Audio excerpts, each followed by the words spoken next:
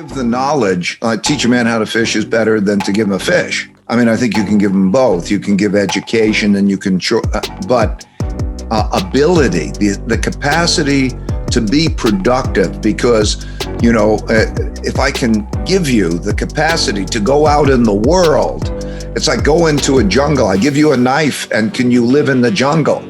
Okay, if I give you that capacity, that's the best thing I can give you. That's why I wrote the book and, you know, pass it along. I wrote those principles over years and I wrote them down, and that's what I want to pass along. That's the most important thing. Yeah.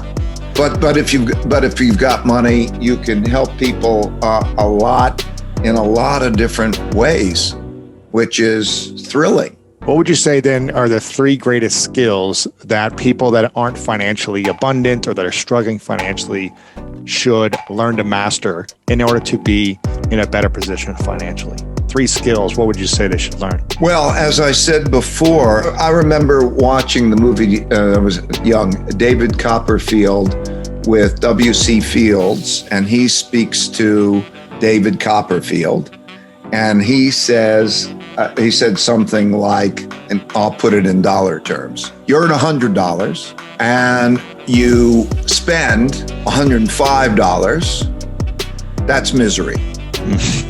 If you earn $100 and you spend $95, you'll have a good life. I mean, it wasn't exactly like that, but it was, but basically, I know so many people who don't earn much, but are there. Because if you start to think about what it is that it costs you to live in terms of, let's say, the basics, you know, give me a bed to sleep in, give me the food, let me be educated, and so on and so forth. I think most people can get themselves in a position where, you know, they're net positive.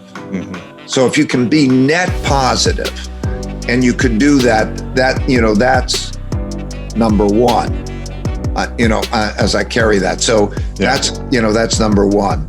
Then I guess it was the list that we went to. You know, the second is, you know, what do you do next in terms of what do you need? What do you invest in? Mm-hmm. You know, and then, you know, going beyond it.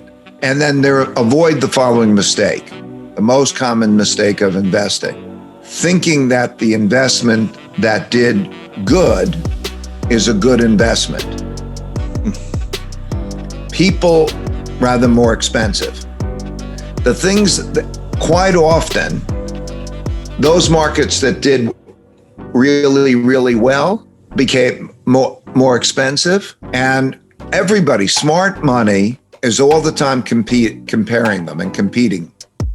So what happens is the naive money buys the thing that was hot or is hot.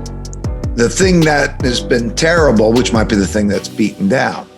So I would say also an important element. Okay, so here's another one that's really important. Diversify. So don't put all your eggs in one basket. Right, because what I learned about this is that, first of all investments compete. And it's not easy to tell whether one investment is better than the other, because if people could do that, life would be easy and everybody'd make a ton of money. And this is a competitive game that's very difficult to compete in. So it's very difficult to say which one's better or worse. You could take experts and you could and do all sorts of tests, and you'll find out that they can pick that, and you can't tell whether the worst ones are going to be better. So because of that, you understand that even picking the best ones is difficult, and particularly if you're naive. Like, we spend hundreds of millions of dollars each year on research to try to give us an edge. Wow. Okay. Now you've got to compete with us. So competing in the markets is more difficult than competing in the Olympics.